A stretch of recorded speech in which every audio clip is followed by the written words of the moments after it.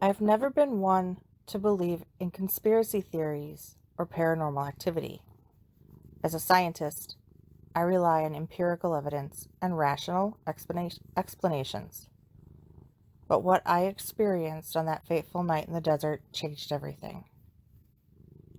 It was a clear, moonless night in late September. My colleague, Dr. Patel, and I had set up our equipment in the Arizona desert to study a rare astronomical event.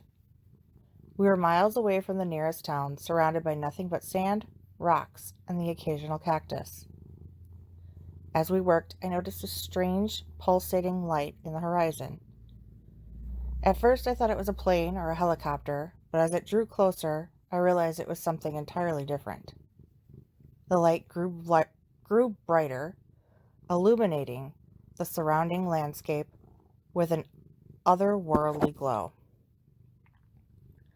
I felt a growing sense of unease as I realized that we were not alone in the desert.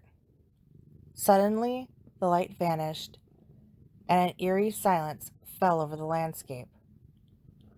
Dr. Patel and I exchanged a nervous glance, our hearts racing with anticipation. That's when I saw them. At first, I thought they were humans, but as they drew closer, I realized they were unlike anything I had ever seen. They were tall, imposing figures with long, spindly arms and giant black eyes that seemed to suck in the light around them. I tried to run, but my legs were frozen in terror. Dr. Patel was similarly paralyzed, her eyes fixed on the creature with a mix of fascination and horror.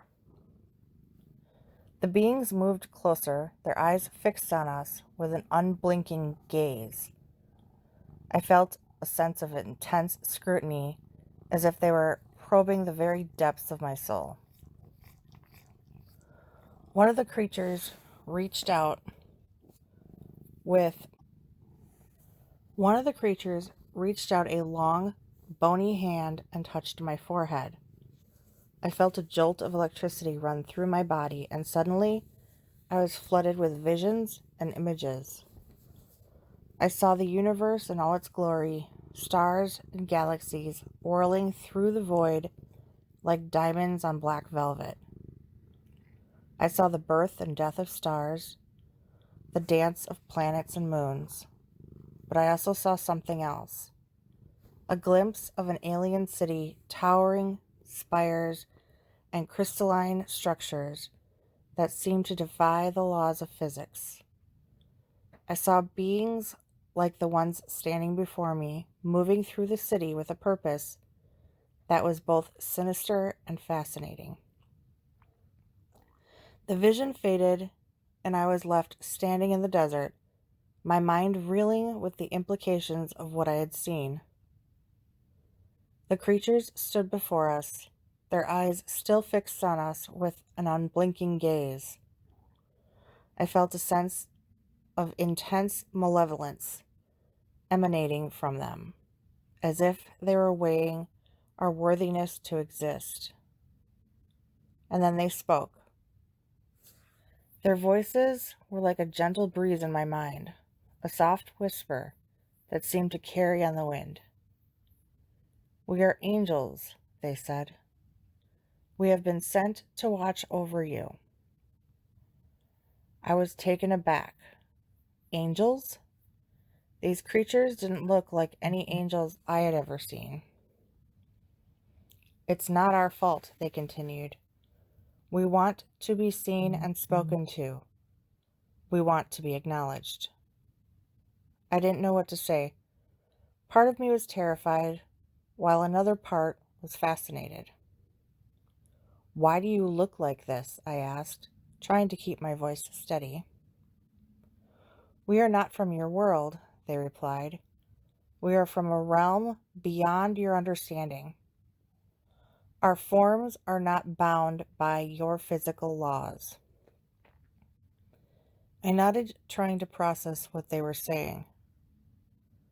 "What do you want from us?" Dr. Patel asked, her voice barely above a whisper. "We want to be seen," they repeated. "We want to be acknowledged. We have been watching over you for centuries, guiding you on your journeys." I felt my mind racing with questions. Centuries? Guiding us on our journey? And then, just as suddenly as they had appeared, they vanished. Dr. Patel and I were left standing alone in the desert, our hearts still racing with fear. We looked at each other, and without saying a word, we knew that our lives would never be the same. We packed our equipment and fled the desert, not stopping until we were back in the safety of our laboratory. It's been years since that encounter, but the memory of those beings still haunts me. I've tried to convince myself that it was just a hallucination, a product of too much stress and too little sleep. Deep down, I know the truth, that I encountered something truly otherworldly that night. Something that challenges our understanding of the universe and our place within it. And I know that I'll never be able to look at the stars in the same way again. In the years since the encounter, I've struggled to make sense of what happened. I've tried to convince myself that it was just a hallucination, a product of too much stress, too little sleep, but the memory of those beings stayed with me, haunting my dreams and lingering in the back of my mind. I tried to talk to Dr. Patel about it, but she's been reluctant to discuss the encounter. She's a scientist just like me, and I think she's struggling to reconcile what we saw with our rational understanding of the world. I've also tried to research the encounter to see if anyone else has reported similar experiences, but I've come up empty-handed. It's if we're the only ones who have ever seen these beings. Despite the lack of evidence, I know what I saw, and I know that it changed me in some fundamental way. I feel like I've been given a glimpse of a much larger universe, a universe that's full of mysteries and wonders. But it's also a universe that's full of dangers and uncertainties, and I'm not sure if I'm ready to face what's out there. As I sit here writing this account, I'm filled with a sense of trepidation. What will happen if these beings come back? What will they want from us? I don't have any answers. All I can do is wait and see. But one thing is certain, I'll never look at the stars